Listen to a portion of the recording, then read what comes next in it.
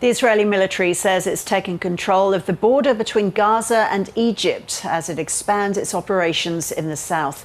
Israel calls the 14-kilometre stretch the Philadelphi corridor. It's a buffer zone that's only 100 metres wide in parts and includes the Rafah crossing. The Philadelphi corridor served as an oxygen line for Hamas through which it carried out weapons smuggling into Gaza on a regular basis. Israeli forces are moving further into the southern city of Rafah, and senior Israeli officials have warned the war could last until the end of the year.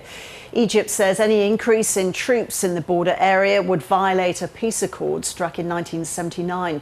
Meanwhile, Egyptian state TV is reporting that Israel hasn't yet spoken to the Egyptian government about its claims that tunnels were found along the border. It's important because Hamas for years has smuggled weapons through underground tunnels from Egypt into Gaza.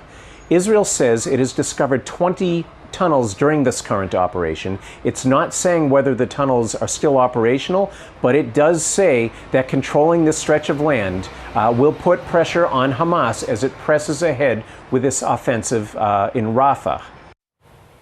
Israeli officials say the military has also taken tactical control of the Tel al-Sultan neighbourhood in Rafah's northwest. It was the scene of a deadly Israeli airstrike earlier this week. Before and after satellite images have captured the aftermath of the incident. Palestinian officials say 45 people were killed and dozens of others injured when fire tore through a tent camp. Israel says it targeted 2 senior Hamas operatives and hadn't intended to cause civilian casualties. At the United Nations, Algeria has put forward a Security Council resolution for Israel to halt its military offensive in the city. The Palestinian UN envoy is also demanding action. Israel can kill any Palestinian and call them either terrorists or human shields to justify their murder. It uses both terms extremely loosely, so they can cover anyone and everyone. Israel has called any form of opposition to its occupation and its oppression of the Palestinian people terrorism.